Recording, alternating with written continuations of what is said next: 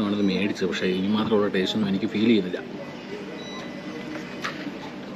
പക്ഷേ ഈയിടെ ഞാൻ മുംബൈ പോയപ്പം അവിടെ നമ്മൾ ഇതുപോലെ കഴിച്ചു. അത് സൂപ്പർ ടേസ്റ്റായിരുന്നു.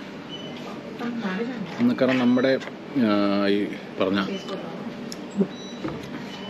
സാമ്പാറിനേക്കാളും ചട്നിയും ഇതിനൊക്കെ ഒരുപാട് ടേസ്റ്റ് വ്യത്യാസമുണ്ട്. ഇവിടുത്തെ ഡിപ്പെൻസാണ് നമ്മുടെ കേരളക്കാരുടെയും ഈ മുംബൈക്കാരുടെ അല്ലെങ്കിൽ നോർത്ത് ഇന്ത്യയൊക്കെ. എനിവേ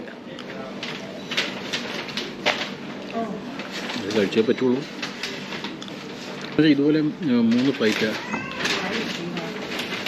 2 ഫ്ലൈറ്റൊക്കെ കയറി ഇറങ്ങുമ്പോൾ നമുക്കിതാണ് പ്രശ്നം. എക്സ്ട്രാ ഇതുപോലെ ഫുഡ് കഴിക്കേണ്ടവരും എക്സ്ട്രാ ടയേർഡാവും. അപ്പോൾ നമ്മളിപ്പോൾ ഈ ഫുഡ് കഴിച്ചോ ഈ ചായ കുടിക്കുന്നതുകൊണ്ട് എനിക്ക് ആ ടയർഡ്നെസ് മാറി.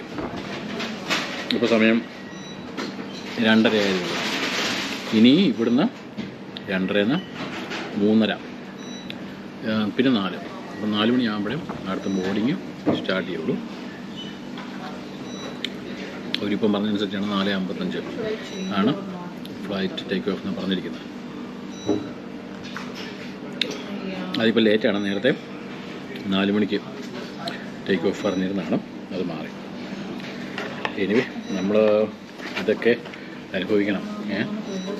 കാരണം നമ്മുടെ രാജ്യത്തിൻ്റെ ഇന്ത്യയിൽ വന്നതുകൊണ്ട് നമ്മളിത് അനുഭവിക്കണം, അല്ല വേറെ മാർഗമില്ല. അപ്പോൾ എന്നാൽ ഇനിയും ഞാൻ ഇൻഡിഗോ എന്ന് പറഞ്ഞ ഫ്ലൈറ്റ് എടുക്കില്ല.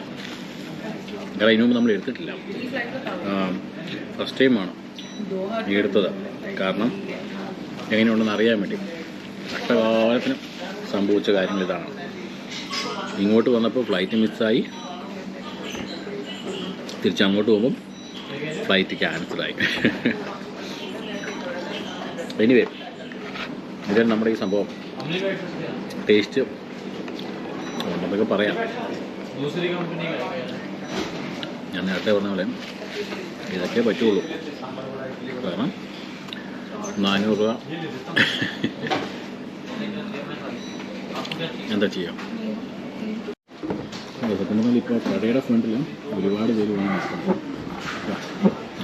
അവിടെ ബോർഡ് വെച്ചിട്ടുണ്ട്. ബോർഡ് വെച്ച ശേഷം എല്ലാവരും നോക്കിയ ശേഷം എല്ലാവരും തിരിച്ചു പോകുക. എന്ന് വെച്ചാൽ ഇതാണ് വില. 2 ഇഡലി 2 വടക്കും 400 രൂപ. എങ്ങനെ ആൾക്കാർ മേടിക്കും? അതുകൊണ്ട് പലരും വന്ന് നോക്കുക, തിരിച്ചു പോവുക, അതേ ഉള്ളൂ. അതുകൊണ്ടാണ് ഇവിടെയൊക്കെ ഇങ്ങനെ ഒരു മനുഷ്യനും ഇല്ലാതെ